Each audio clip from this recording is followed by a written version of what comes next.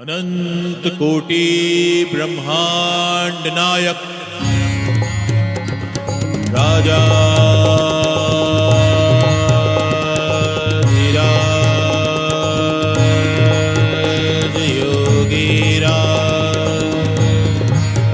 परब्रह्म श्री सच्चिदानंद सद्गुरु श्री साईनाथ महाराज।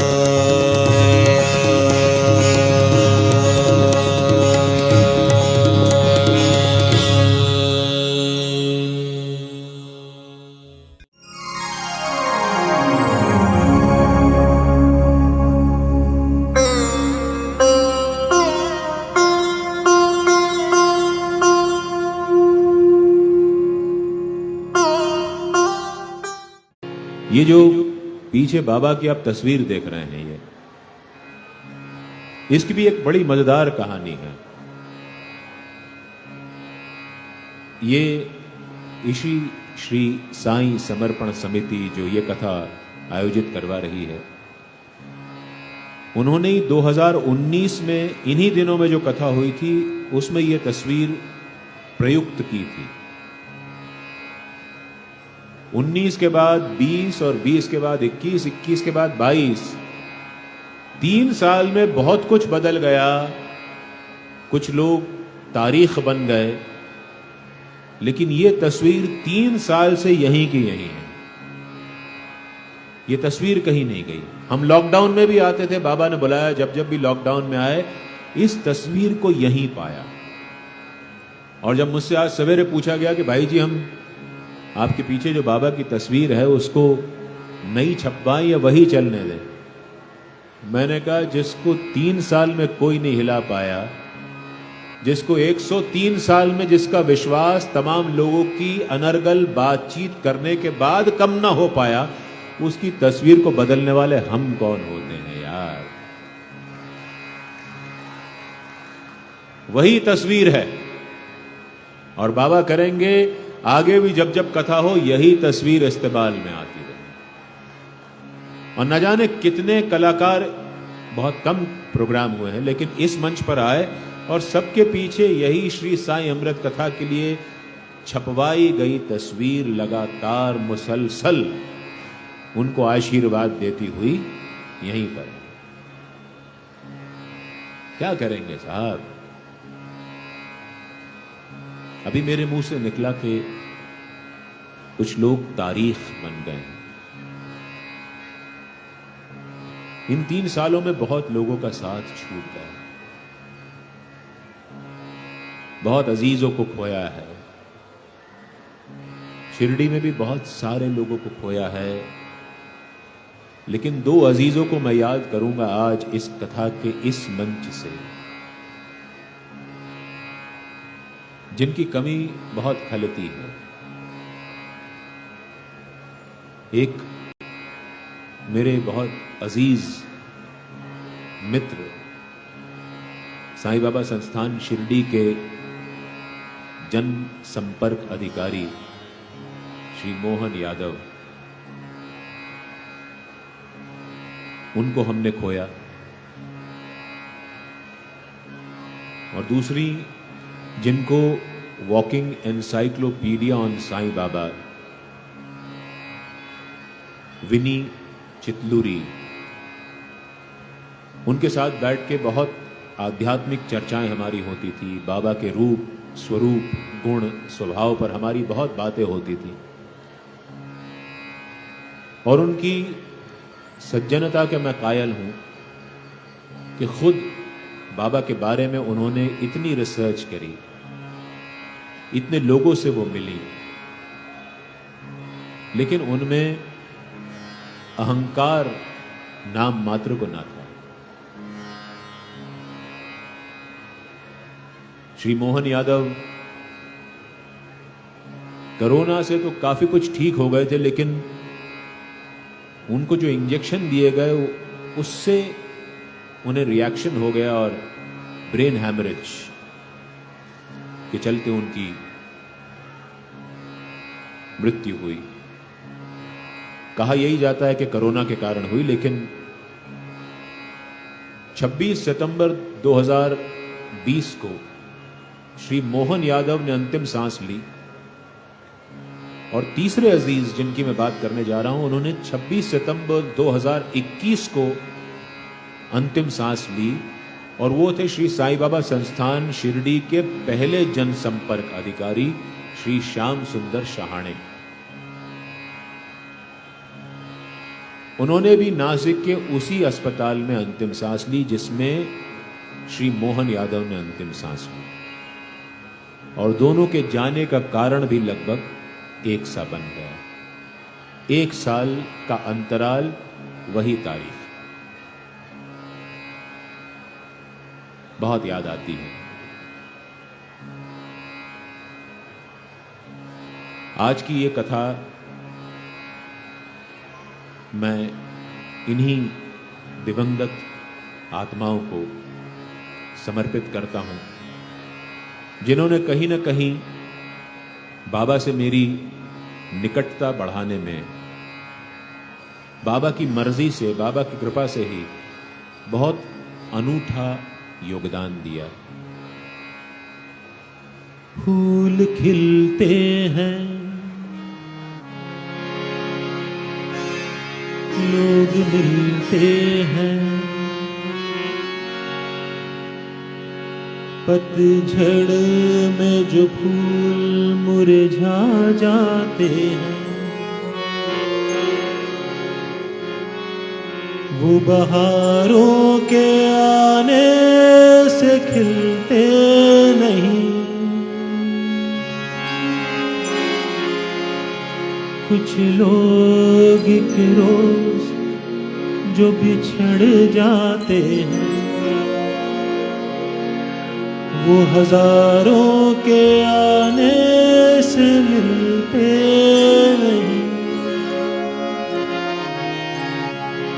उम्र भर चाहे कोई पुकारा करे उनका नाम, वो फिर नहीं आते, वो फिर नहीं आते। जिंदगी के सफर में गुजर जाते हैं जो मकाम, वो फिर नहीं आते, वो फिर नहीं आते।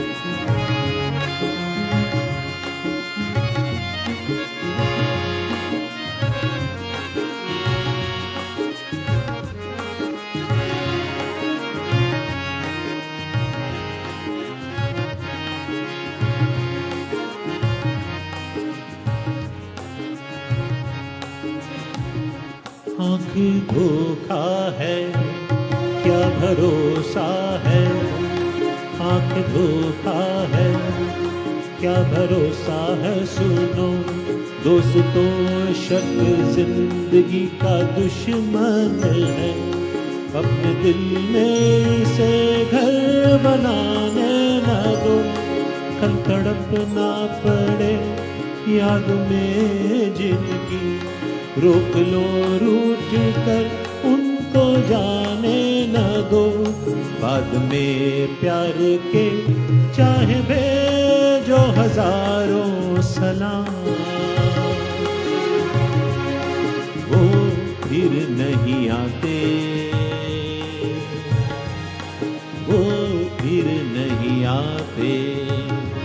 जिंदगी के सफर में गुजर जाते हैं जो मकाम, वो फिर नहीं आते, वो फिर नहीं आते।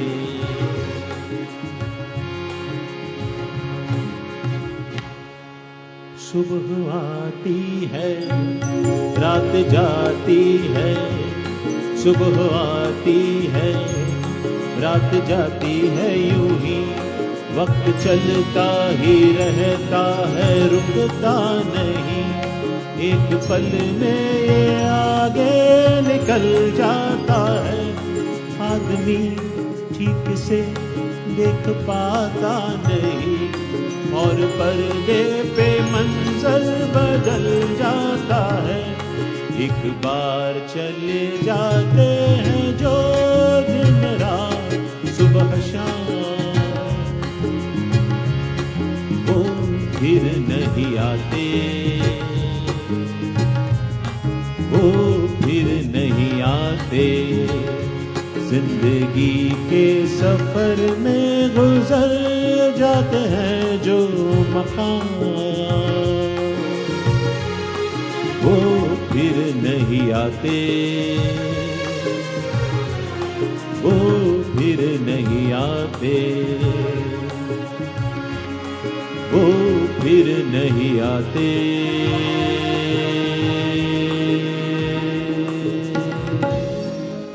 वो फिर नहीं आते। लोग चले जाते हैं, उनकी याद रह जाती है, उनके साथ बिताया हुआ वक्त बार बार लौट करके सामने आ खड़ा होता है। कहते हैं कमबख्त याद ही तो है जो जीने नहीं देती,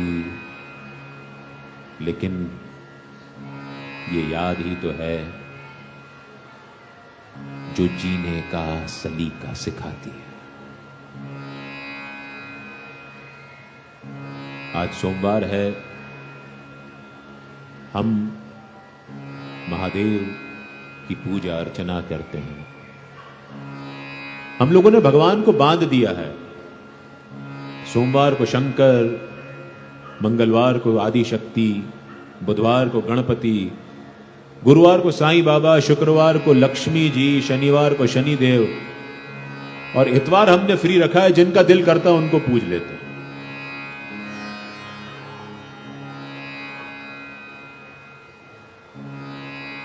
पूजा करेंगे दिन में, महीने में बांध रखा है। सावन के महीने में शंकर भगवान पे लाइन लगा लगा करके लोग जल चढ़ाते हैं, और जहां सावन खत्म हुआ, सावन में भगवान को सूखने नहीं देते, और जहां सावन खत्म हुआ उसके बाद भगवान को एक बूंद को बेचारे तरस जाते हैं। नवरात्रों में 9 दिन माता जी के मंदिर की सीढ़ियां इतनी चढ़ेंगे कि पत्थर घिस जाएगा। बाद के दिनों में गुरुवार दे मंदिर साईं बाबा के, भीड़ ही भीड़, अगरबत्तियां खूब बिकती हैं, फूल खूब बिकते हैं। गुरुवार के बाद 50%, 20%, 30%। भगवान तो रोज के हैं, सवेरे दोपहर शाम के हैं, दिन रात के हैं। जिसको आप मानते हो उसको दिन में मत बांधो। मैं ये बात इसलिए लेकर के आया क्योंकि साईं बाबा का जो गुरु स्थान है, वहां पर एक शंकर भगवान की पिंडी रखी हुई है। और हम में से अधिकांश लोग, चूंकि सोमवार है इसलिए शिव जी की बातें करते हैं, इसलिए मैंने बाबा की प्रेरणा से यह टॉपिक उठाना मुनासिब समझा कि हम में से बहुत लोगों को उस पिंडी का रहस्य नहीं मालूम है कि वो पिंडी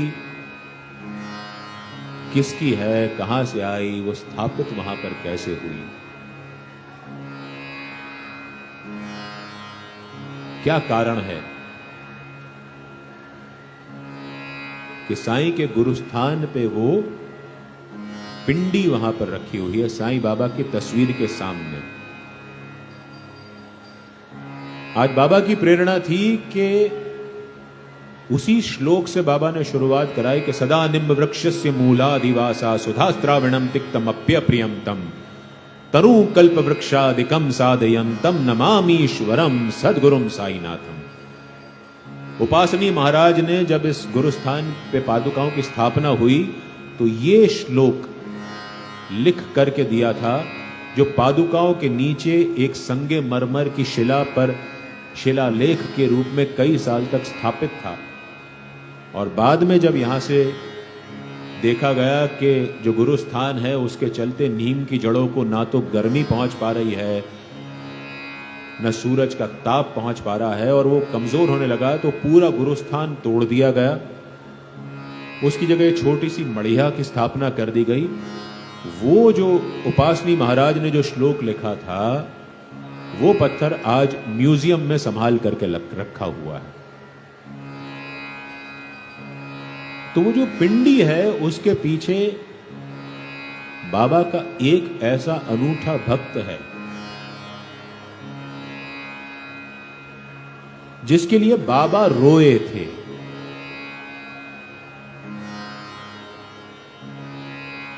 वो इस पिंडी का कारण है, मेघा। गुजरात के वीरम गांव का रहने वाला, बहुत सीधा सादा ब्राह्मण। और ब्राह्मण से मेरा तात्पर्य है जिसके अंदर ब्रह्म का अणु हो, वो ब्राह्मण होता है। ब्रह्म यानी ईश्वर। और हम सब चूंकि उसी ईश्वर के अंशधारी हैं, इसलिए हम सब भी ब्राह्मण हुए। हमारा जन्म किसी भी कुल में हुआ हो, लेकिन जब हम किसी को सीख देते हैं, समझाइश देते हैं, ज्ञान की बातें करते हैं, तो हम उतनी देर के लिए ब्राह्मण बन जाते हैं। हमारे अंदर ब्रह्म का वो अणु जागृत हो जाता है। तो ये ब्राह्मण जो था मेघा, ये कर्मकांडी नहीं था। इसके जीवन का एकमात्र ध्येय था कि पंचाक्षरी मंत्र का उच्चारण मैं करता रहूं, ओम नमः शिवाय, ओम नमः शिवाय, ओम नमः शिवाय। इसके अलावा ना तो उसको गायत्री मंत्र आता था, न संध्यादि कर्म आता था। राय बहादुर हरि विनायक साठे के यहां पर ये काम करता था, उनका रसोइया था। उसका भोलापन देख करके उसके मालिक को लगा कि इसे मुझे साईं बाबा की शरण में भेजना चाहिए। हरि विनायक साठे का शिरडी से बड़ा पुराना नाता था। उनके ससुर, उनके दूसरे ससुर, जब उनकी पहली पत्नी के बाद जब दूसरी पत्नी से उनका ब्याह हुआ तो उसके पिता दादा केलकर वो बाबा के करीबी में होते थे। और जहां पर आज गुरुस्थान खड़ा है, वहां पर साठे जी ने बाबा की प्रेरणा से साठेवाड़ा बनवाया था, जो कि शिरडी में भक्तों के रहने की पहली औपचारिक सेवा थी। उसके पहले शिरडी में भक्तों के रहने के लिए कोई ऐसा वाड़ा नहीं था।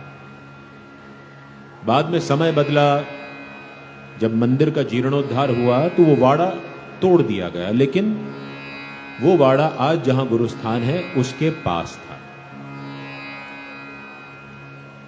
तो श्रीमान हरि विनायक साठे ने वो वाड़ा बनवाया था और ये मेघा उन्हीं के यहां काम करता था।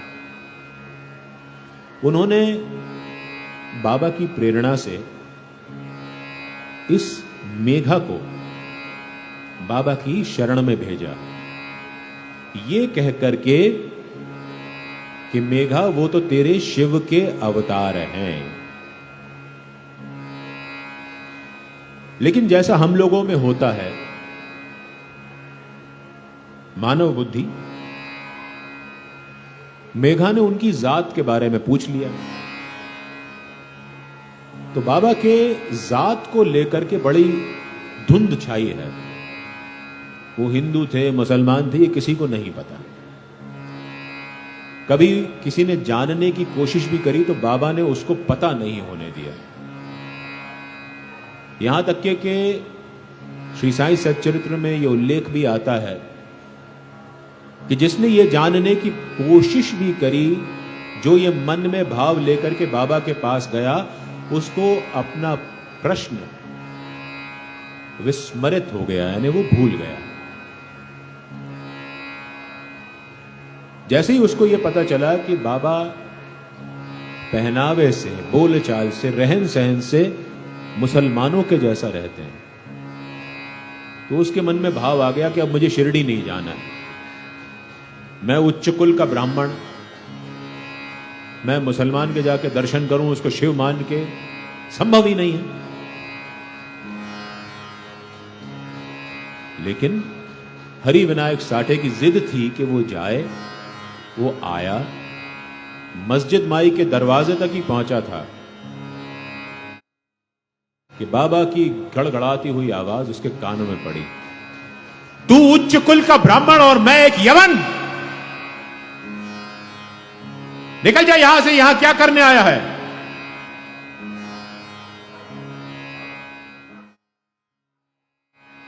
Shock treatment. मेघा को झटका देना था। क्या होता है जब हम किसी एक ढर्रे पर चलते हैं, जिसको हम अपना कंफर्ट जोन कहते हैं, उसमें रहते रहते हमारे सोचने समझने की, विकास करने की शक्ति क्षीण पड़ती जाती है। आप देखेंगे कि आपका धंधा व्यवसाय बहुत अच्छा चलता है तो आप उस पर ध्यान देना कम कर देते हैं। जब आपको यह लगता है कि आपकी नौकरी असुरक्षित है तो आप बहुत मेहनत करते हैं। लेकिन जहां आपको एक सुरक्षा का चक्र मिल जाता है, वहां पर आप मेहनत करना, आपकी परफॉर्मेंस कम हो जाती है।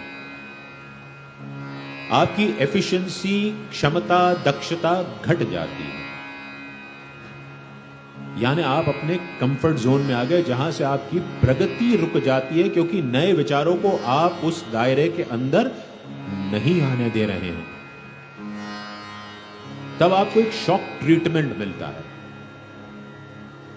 आपका व्यवसाय अचानक नीचे जाने लगेगा, आपको नौकरी से सस्पेंड कर दिया जाएगा, आपका कोई अपमान कर देगा।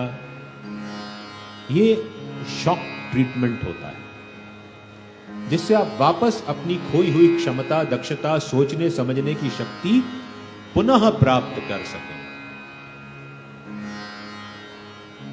मेघा के मन में यह भाव थे और बाबा ने यह भाव दूर से ही पढ़ लिए थे, और उन्होंने मेघा को मस्जिद में नहीं घुसने दिया।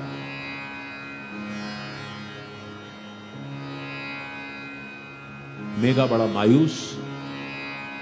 इस शॉक ट्रीटमेंट का देखिए फायदा यह हुआ कि मेघा बाबा की शक्ति को, उनके खद को, उनकी अदम्यता को एक बार में समझ गया, उनकी सर्वज्ञता को समझ गया। साईं हर कहीं है, और जो हर कहीं होता है वो साधारण कभी नहीं होता।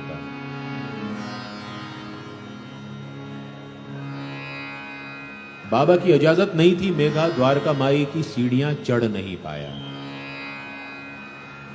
दादा केलकर के घर गया। अब दादा केलकर कितने दिन उसको अपने घर में रखते। उन्होंने मेघा को, चूंकि वो शिव का भक्त था, इसलिए उसको त्र्यंबकेश्वर भेज दिया। यहां से 82 किलोमीटर नासिक है, और नासिक से कोई 26 किलोमीटर की दूरी पर त्र्यंबकेश्वर बड़ा खूबसूरत ज्योतिर्लिंग है। और उस ज्योतिर्लिंग की एक विशेषता है कि तमाम ज्योतिर्लिंग, 11 बाकी ज्योतिर्लिंग ऊपर हैं जमीन के, ये एकमात्र ज्योतिर्लिंग है जो उल्टा है, जो जमीन के भीतर है।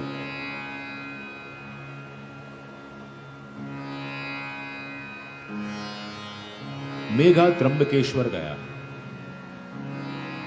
और वहां पर वो पूजा तो शिव की करता, लेकिन जैसे जैसे वो शिव के प्रति अपनी पूजा बढ़ाते जाता, वैसे वैसे उसके मन में साईं के प्रति अनुराग बढ़ने लगा। तन के तंबूरे में दो, अब उसका रोम रोम साईं भक्ति में लीन हो चला था। त्र्यंबकेश्वर में रह रहा था, ज्योतिर्लिंग के समीप था, उनकी पूजा कर रहा था, उनको अंजलि दे रहा था, उन पे जलार्पण कर रहा था, लेकिन मन में साईं थे, रोम रोम में साईं जागृत होना शुरू हो गए थे। तन के तंबूरे में दो, तन के तंबूरे में दो, सांसों के तार बोले, जय साईं राम राम, जय साईं राम, जय साईं राम राम, जय साईं राम। तन के तंबूरे में दो, तन के तंबूरे में दो, सांसों के तार बोले, जय साईं राम राम, जय साईं राम, जय साईं राम राम, जय साईं राम।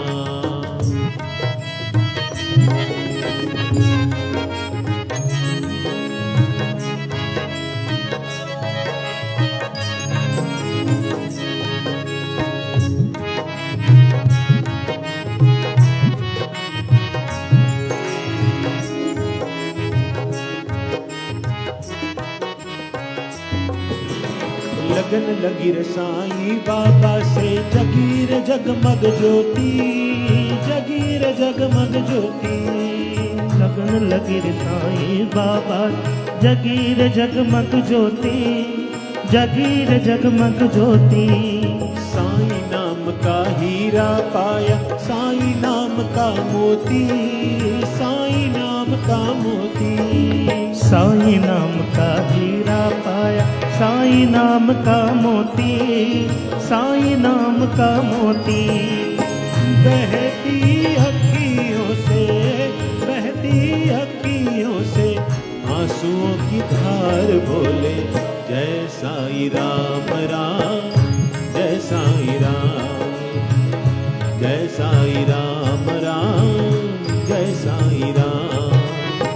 तन के तंबूरे में दो, तन के तंबूरे में दो, सांसों के तार बोले, जय साईं राम राम, जय साईं राम, जय साईं राम राम, जय साईं राम, जय साईं राम राम, जय साईं राम, जय साईं राम राम,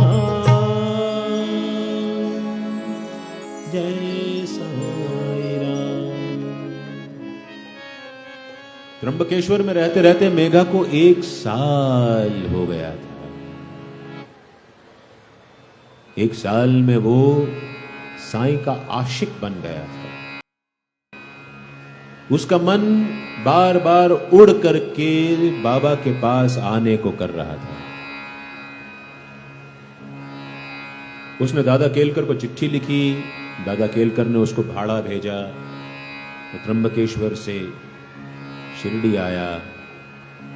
फिर मस्जिद माई जाने को हुआ, अब की बार बाबा ने उसको इजाजत दे दी, क्योंकि मेघा का दिल बदल गया था। बाबा की शब्दों में कहा जाए, तेली की दीवार वो मेघा ढहा चुका था। ये ऊंच नीच, जात पात, अमीर गरीब, बुद्धिमान बुद्धिमंद, ये जो भेद है, ये बाबा की नजरों में तेली की दीवार होते थे। बाबा अक्सर ये कहते थे कि तुम मेरे और अपने बीच से ये तेली की दीवार हटा दो, जिससे हम अपने मिलने का मार्ग सुगम कर सके। अब मेघा बाबा के चहीते भक्तों में शामिल हो गया था। वो रोज सवेरे उठता, शिरडी के तमाम मंदिरों में पूजा अर्चना करके बाद में मस्जिद में आता, फिर वो बाबा की पूजा करता। जिनको ये पता नहीं है कि बापू साहेब जोग से पहले बाबा की आरती किन किन ने उतारी, किन किन को ये विशेष अधिकार प्राप्त था।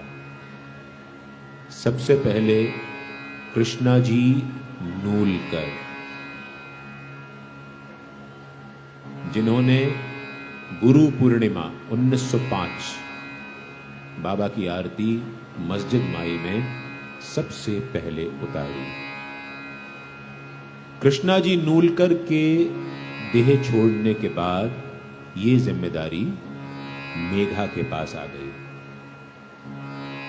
और मेघा ने किस तारीख तक बाबा की आरती उतारी उसका जिक्र हम आगे करेंगे। मेघा रोज शिरडी के तमाम मंदिरों में जाता और बाबा की पूजा वो सबसे आखिर में करता। एक दिन वो मस्जिद में आ गया और बाबा की पूजा करने को ही था, बाबा ने उसको याद दिलाया, मेघा आज तू कुछ भूल रहा है। मेघा ने कहा, हाँ बाबा, मैं आज खंडोबा मंदिर गया था और खंडोबा मंदिर के दरवाजे बंद थे, इसलिए मैंने इंतजार नहीं किया और मैं सीधे तुम्हारी पूजा करने आ गया। इस पर बाबा ने क्या कहा? बाबा ने कहा, जा तेरा क्रम मत तोड़, खंडोबा मंदिर के दरवाजे अब खुल गए हैं, जा खंडोराया की पूजा कर और फिर तू यहां पर आ। ये था मेघा, जिसका क्रम वो भी बाबा ने अक्षुण्ण रखा, टूटने नहीं दिया। ये होता है संत जो कहता है, मेरा तो तू पूजा कर ना कर, अभी कर बाद में कर, जब तेरा दिल करे कर। कोई ऐसा दिन है कि तू मुझे नहीं पूजना चाहता तो वो भी ना कर, लेकिन मैं तेरी भक्ति का मान रखूंगा। ये होता है संत, जो हम सबकी भक्ति का मान रखता है, जो इस बात का ध्यान रखता है कि हमसे कहीं चूक ना हो जाए। मेघा भी बड़ा हठी था, उसके आराध्य थे शिव, और वो साईं बाबा में शिव के दर्शन करता था। मकर संक्रांति का दिवस आया। अच्छा, मकर संक्रांति का शंकर भगवान से कोई सीधा ताल्लुक नहीं है,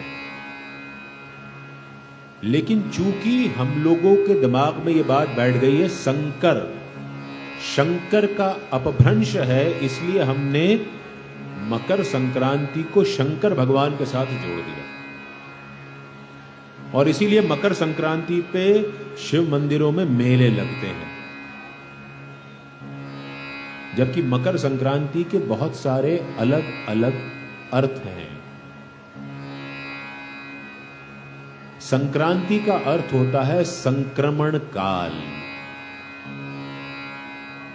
दिन का रात में बदलना, जो संध्या होती है वो संक्रमण कहलाता है।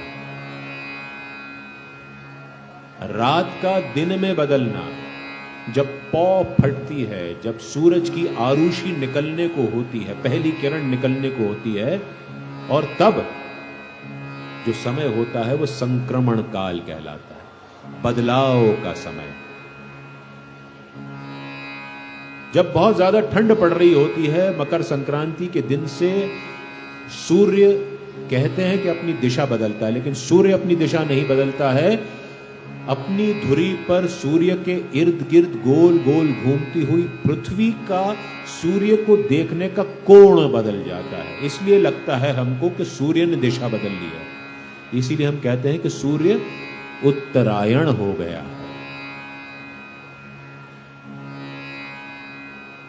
दृष्टि बदलने से सृष्टि बदल जाती है।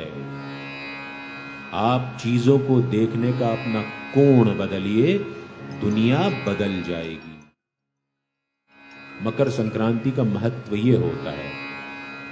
इसी दिन सूर्य भगवान अपने पुत्र शनिदेव से मिलने गए थे। इसी दिन भगीरथी प्रयासों से गंगा शिव की जटाओं में उतरी थी।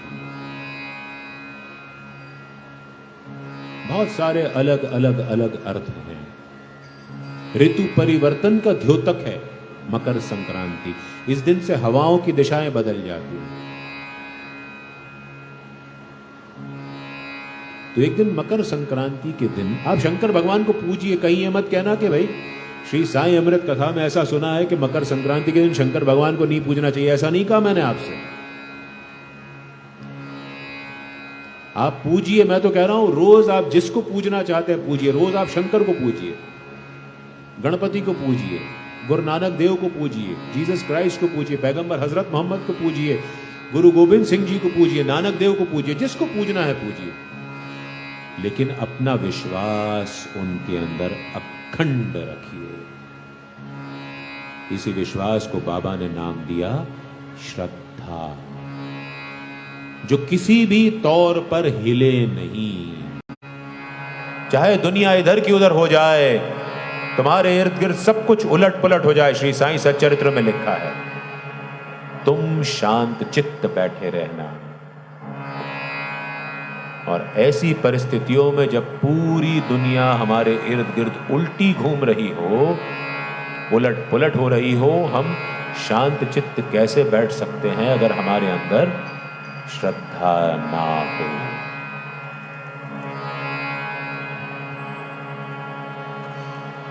आप पूजिए, जिसमें विश्वास रखते हैं अखंड रखिए। फैशन में भगवान मत बनाइए। लोगों को आजकल फैशन में देखा देखी करके भगवान बनाने का शौक हो गया है, वो मत करिए। तो मकर संक्रांति का दिन आया और मेघा के दिल में इच्छा हुई कि मैं आज अपने शिव का यानी साईं बाबा का जलाभिषेक करूंगा। वो सवारे सवेरे उठा और पैदल, यहां से 18 किलोमीटर दूर गोदावरी बहती है कोपर गांव में, वहां से कावड़ में जल भर करके लाया कि मैं आज अपने साईं का, अपने शिव का अभिषेक इस जल से करूंगा। वो बाबा के पास आया। बाबा से छुपा कुछ नहीं होता था। उसके मन की मंशा जान करके बाबा ने कहा, अरे मेघा छोड़ यार, मैं सीधा साधा संत हूं, फकीर हूं, मुझे इस तेरे जल से क्या काम। लेकिन मेघा तो मेघा हठी, और जब भक्त हठी हो जाता है तो भगवान को उसके सामने झुकना पड़ता है। मेघा के हट के आगे साईं को झुकना पड़ा, लेकिन बाबा ने एक शर्त लगा दी, टर्म्स एंड कंडीशंस अप्लाई, कि मेघा शर्त है कि तू भले मेरे सिर पर जल उड़ेल ले, मेरा शरीर गीला नहीं होना चाहिए। सिर जो है वो शरीर का शीर्ष भाग होता है, और जब शीर्ष भाग गीला हो गया इसका मतलब आपका शरीर पूरी तरह पवित्र हो गया। इसीलिए कई लोग जब श्मशान में जाते हैं, हमारे में मान्यता है कि श्मशान में जाने के बाद हम लोग घर आकर के स्नान करते हैं। और पुराने जमाने में तो जो स्नानागार थे वो घर के बाहर इसलिए बनाए जाते थे कि कोई अपवित्र तन लेकर के घर के अंदर ना घुसे, स्नान करके घर में जाए। तो इसलिए जो लोग आज भी श्मशान घाट जाने के बाद किन्हीं मजबूरियों के चलते स्नान नहीं कर सकते, वो शुद्ध पानी लेकर के अपने सिर पर छींटे डाल लेते हैं और किसी भी खास तौर पे शिव मंदिर में जाकर के बाहर ही चौखट पे ही अपना माथा टेक लेते हैं और वो पवित्र माने जाते हैं। श्मशान में जाके जब इंसान अपवित्र हो सकता है तो क्या मंदिर की चौखट पे माथा नमा के इंसान पवित्र नहीं हो सकता? क्या श्मशान की शक्ति मंदिर की शक्ति से ज्यादा है? तो ये हमारे धर्म में सभी कुछ है, लेकिन हम लोग अंधानुसरण करते हैं इसका। आप विश्वासी बनिए, अंधविश्वासी मत बनिए। विश्वास तारता है, अंधविश्वास मारता है। विश्वास अंधेरे से उजाले की यात्रा करवाता है, अंधविश्वास उजाले से अंधेरे की ओर लेकर के आता है।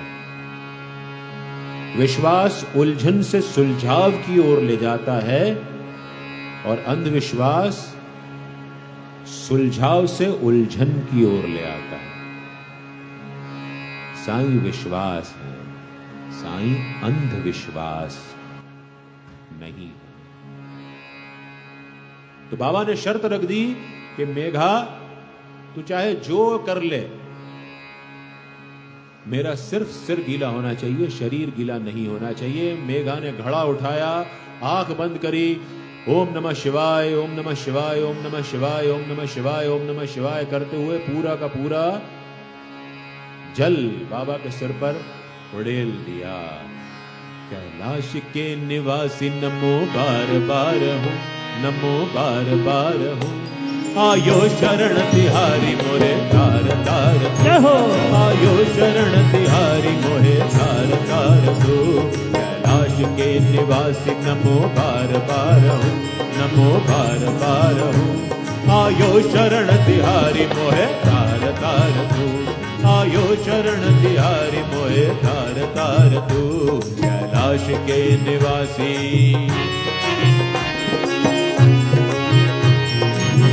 मेघा आंख बंद करके शिव का तसव्वुर करके, कैलाश के निवासी शिव का तसव्वुर करके, बाबा को अपना शिव मान के उनके सिर पर जल उड़ेलता जा रहा है।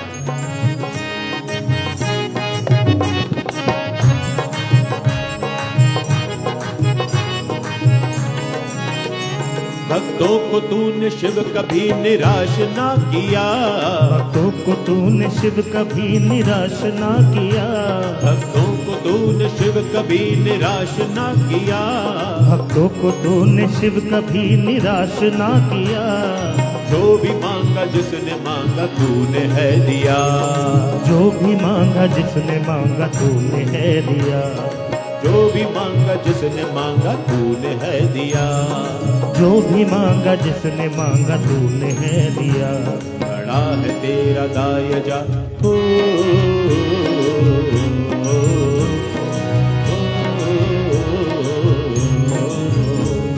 बड़ा है तेरा दायजा, बड़ा दातार तू, बड़ा दातार तू, बड़ा दातार तू।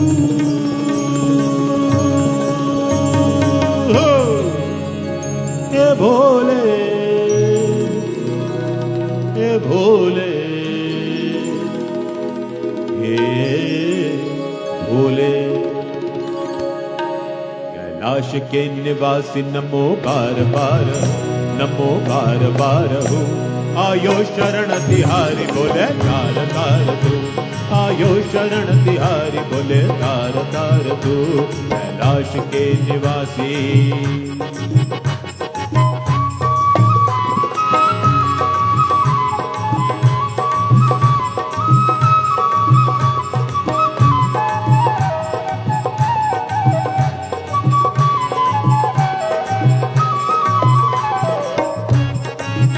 और मेघा साईं को शिव क्यों ना माने। पहले अंतरे में हमने गाया, भक्तों को तूने शिव कभी निराश ना किया। क्या साईं ने कभी भक्तों को निराश किया है? और दूसरा अंतरा भी शिव की महिमा गाता है, और ध्यान से सुनिएगा साईं की महिमा भी गाता है। बखान क्या करूं मैं राखों के ढेर का, बखान क्या करूं मैं राखों के ढेर का। राख ऊदी, बखान क्या करूं मैं राखों के ढेर का, बखान क्या करूं मैं राखों के ढेर का। चुटकी भभूत में है खजाना कुबेर का, चुटकी भभूत में है खजाना कुबेर का। चुटकी भभूत में है खजाना कुबेर का, चुटकी भभूत में है खजाना कुबेर का। है गंगधार ओ, ओ, है गंगधार मुक्ति द्वार ओमकार तू, है ओमकार तू, है ओमकार तू।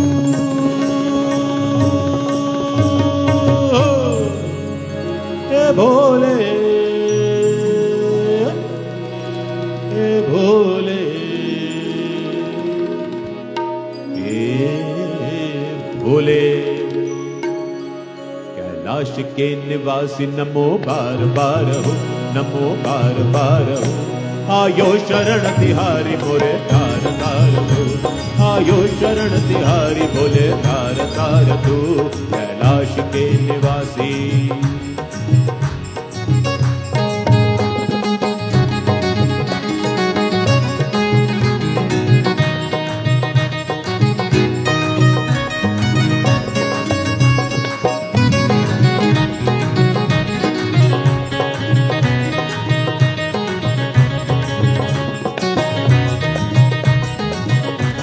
और अब फिर सुनिएगा, फिर शिव और साईं की समता। कैलाश के निवासी और शिरडी के निवासी दोनों में बड़ा तादात्म्य है। वो ओमकार निराकार हमारे साईं जिनका ओर छोर किसी को नहीं पता, शिव अनंत है, साईं का भी आदि नान है, किसी को नहीं पता। दोनों हैं, जिसको मान लो, जिस रूप में मान लो, किसी में कोई तुलना नहीं है, कोई कम नहीं है, कोई ज्यादा नहीं है। क्या क्या नहीं दिया है हम क्या प्रमाण दे, क्या क्या नहीं दिया है हम क्या प्रमाण दे, क्या क्या नहीं दिया है हम क्या प्रमाण दे, क्या क्या नहीं दिया है हम क्या प्रमाण दे। बस गए हैं त्रिलोक शंभु तेरे दान से, बस गए हैं त्रिलोक शंभु तेरे दान से, बस गए हैं त्रिलोक शंभु तेरे दान से, बस गए हैं त्रिलोक शंभु तेरे दान से। जहर पिया जीवन दिया है उदार तू, कितना उदार तू, कितना उदार तू।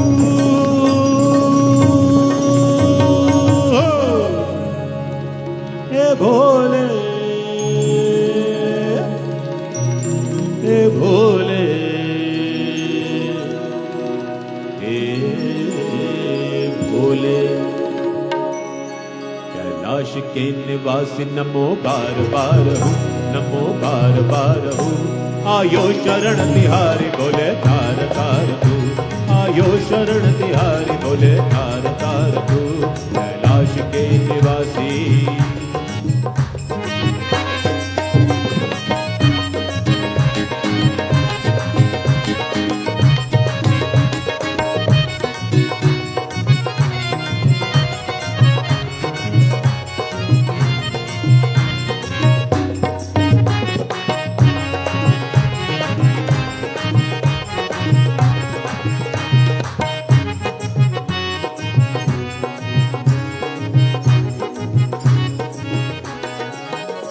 तेरी कृपा बिना न चले एक भी अणु, तेरी कृपा बिना न चले एक भी अणु, तेरी कृपा बिना न चले एक भी अणु, तेरी कृपा बिना न चले एक भी अणु।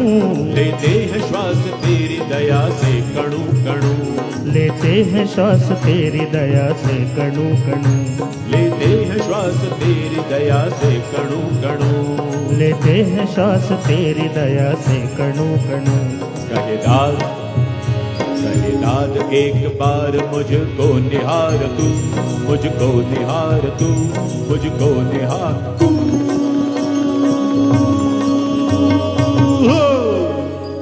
ए भोले, ए भोले, ए भोले। और मेघा क्या देखता है पानी डालते डालते कि बाबा का सिर्फ सिर गीला हुआ है, शरीर पूरा सूखा पड़ा है। शिरडी के निवासी नमो बार बार हो, नमो बार बार हो। आयो शरण तिहारी मोहे तार तार तू, आयो शरण तिहारी मोहे तार तार तू। शिरडी के निवासी नमो बार बार हो, नमो बार बार हो। आयो शरण तिहारी साईं तार तार तू, आयो शरण तिहारी साईं तार तार तू। तार तार तू, तार तार तू, तार तार तू, तार तार तू, तार तार तू।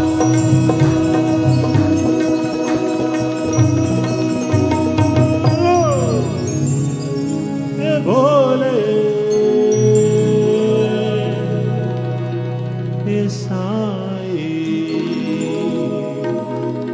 शिव साईं।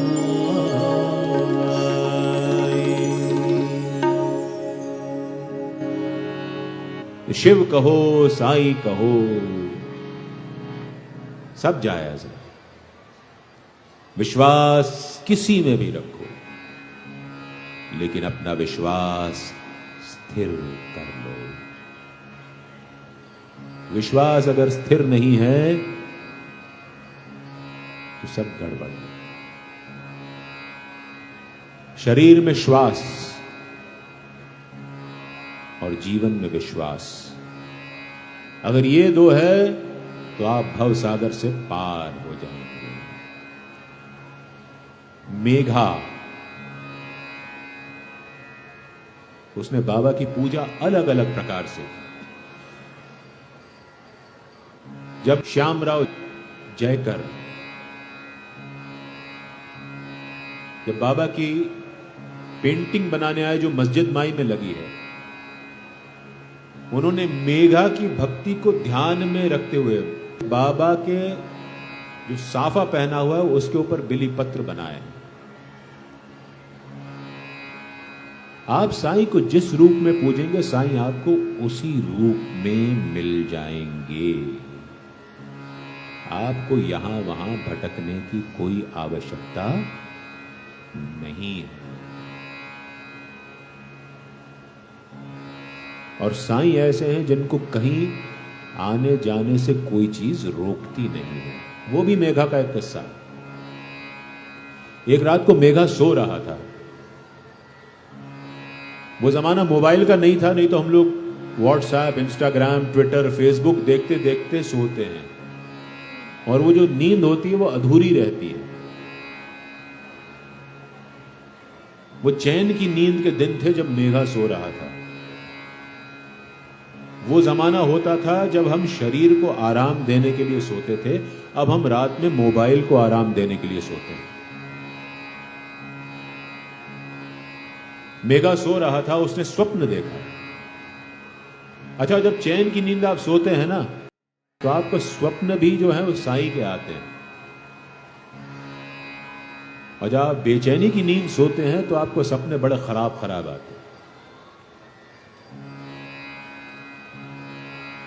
रात में मोबाइल का डेटा ऑफ कर दीजिए कीजिए, अच्छी नींद आएगी।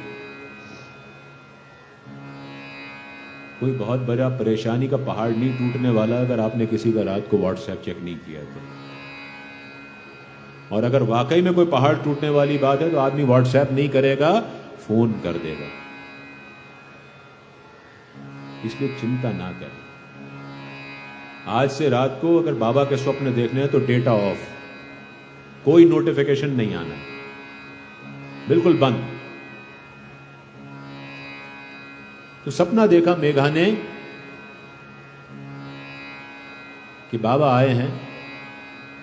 बाबा ने अपने हाथ में कुछ अक्षत चावल के दाने जो दाने जिनका क्षय ना हुआ हो वो ही पूजा में इस्तेमाल किए जाते हैं। चावल के पूरे दाने, टूटे हुए दाने, कटकी का हम लोग इस्तेमाल पूजा में कभी नहीं करते और ना करना चाहिए। अक्षत चावल के दाने बाबा ने मेघा के ऊपर फेंके। मेघा ने हड़बड़ा करके आंख खोली। बाबा ने सपने में उससे मेघा से कहा कि मुझे त्रिशूल लगाओ।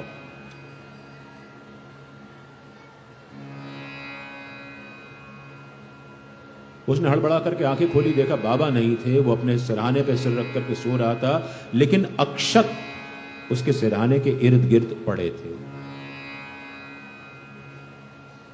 सुबह हुई, वो मस्जिद गया, बाबा से कहा, बाबा तुम रात में आए थे क्या? बाबा ने कहा हाँ मैं आया था, लेकिन बाबा मेरे तो खिड़की किवाड़ सब बंद थे। बाबा ने कहा मुझे कहीं पर भी आने जाने के लिए किसी दरवाजे की जरूरत नहीं पड़ती है। मेघा तूने मेरी आज्ञा नहीं सुनी, जा त्रिशूल लगा। मेघा दो जगह पर बाबा की पूजा करता था, एक मस्जिद माई में और एक नाना साहब चांदोरकर ने उसको बाबा की एक बड़ी सी तस्वीर दी थी जो उसके वाड़े में लगी हुई थी। वहां उस तस्वीर के पास गया और उसने लाल सिंदूर से वहां एक त्रिशूल बना दिया।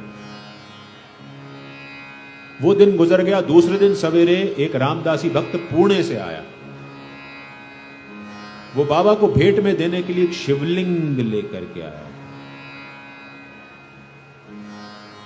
वो शिवलिंग बाबा के हाथों में आया और उसी समय मेघा का मस्जिद में प्रवेश हुआ।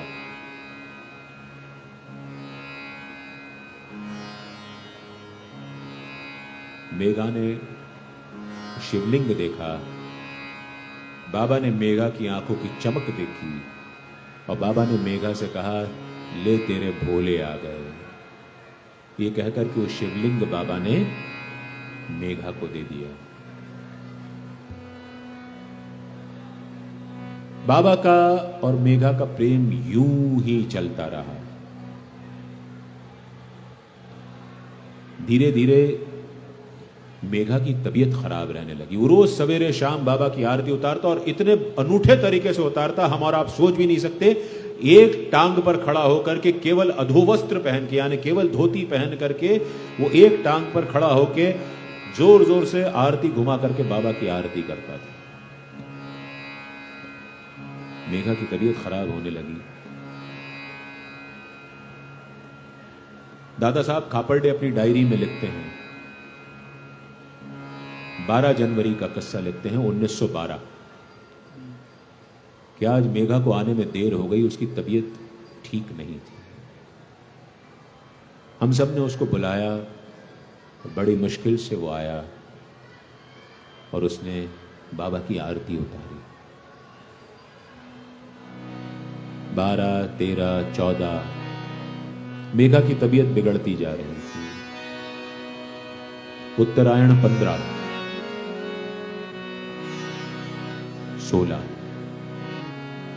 16 तारीख को दादा साहब कापड़ लिखते हैं कि मेघा बड़ी मुश्किल से जबरदस्ती मानो आरती करने के लिए आया। आरती पूरी भी ना कर पा रहा था और ज्यों त्यों आरती पूरी करके मेघा वापस अपने बाड़े में चला गया। उसके जाने के बाद बाबा ने कहा ये मेघा की आखिरी आरती थी। 17 तारीख मेघा आरती के लिए नहीं आया। तब वहां मौजूद लोगों ने निर्णय लिया कि आज से बाबा की आरती का क्रम बाबू साहब जोग को दे दिया जाए। 17 जनवरी 1912 बाबा की आरती बाबू साहब जोग ने उतारना शुरू की। 19 का वर्णन लिखते हैं दादा साहब खापर्डे अपनी डायरी में, आज मेरी आंख 4 बजे खुल गई। मुझे बताया गया मेघा ने अभी अभी प्राण त्यागे हैं। मेघा को अंतिम संस्कार के लिए तैयार किया जा रहा था। मेरे मन में रह रह करके ख्याल उठ रहे थे कि मेघा ने आखिरी 3 दिन कैसे बिताए होंगे जब बाबा ने कह दिया था कि आज मेघा की आखिरी आरती है। मेघा को अर्थी पर लिटाया गया है। तभी बाबा आ गए। दादा साहब खापर्डे लिखते हैं कि मेघा की देह देख करके साईं अपने पर आपा नहीं रख सके, फूट फूट करके रोए, इतना क्रंदन कर रहे थे कि पूरे शिरडी गांव में बाबा की आवाज दूर दूर तक पहुंच रही थी। बाबा कभी मेघा के सिर को हाथ लगाते, कभी उसकी छाती पर हाथ रखते, कभी उसके पैरों को छूते। मेरा बहुत प्यारा भक्त था। ये कहकर बाबा फूट फूट करके रो दिए। मेघा की अंतिम यात्रा शुरू हुई। बाबा अंतिम यात्रा के साथ साथ आगे चले। शिरडी गांव के बाहर एक बड़ के पेड़ के नीचे मेघा का अंतिम संस्कार कर दिया गया। बाबा शिरडी की सीमा में खड़े होकर के उसके अंतिम संस्कार को देख रहे थे। वो मेघा जिसके लिए बाबा रोए थे, वो शिवलिंग साईं के गुरुस्थान में उनकी तस्वीर के आगे स्थापित है। वो मेघा का शिवलिंग है। धन्य है वो भक्त जिसके लिए भगवान रोए थे। भगवान के लिए तो हर भक्त रोता है, लेकिन जो भगवान भक्त के लिए रोए वो भक्त क्या भक्त होगा। साईं मेरे लिए आंसू बहाए, ऐसी भक्ति हो जाए।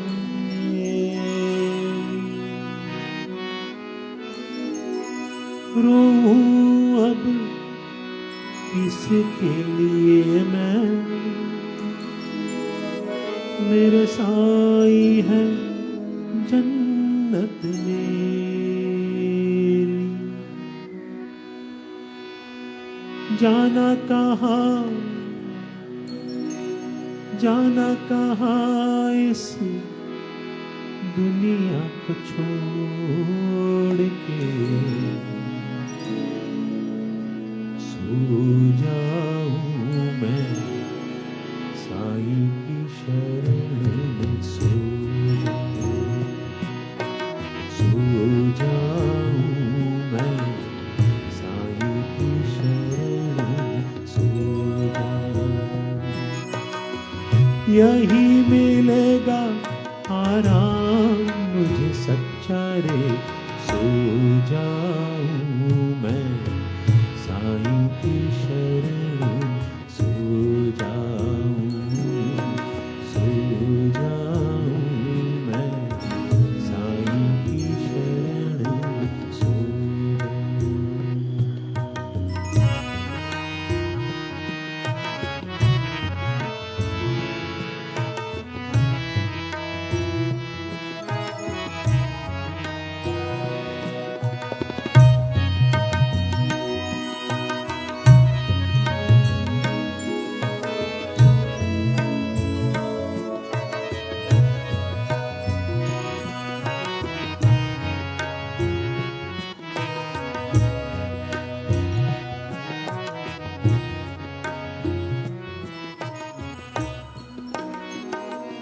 तेरी शिरडी का नाम लिया तो मन खिल उठता है साईं।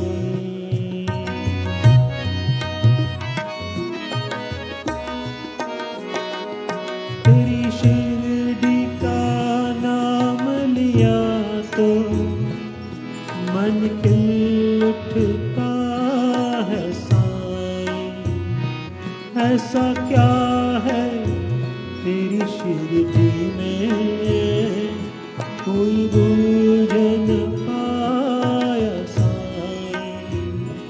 अब करनी है तेरी पूजा, पूजा मैं साईं की शरण में खो जाऊं, खो जाऊं मैं साईं की शरण में खो जाऊं।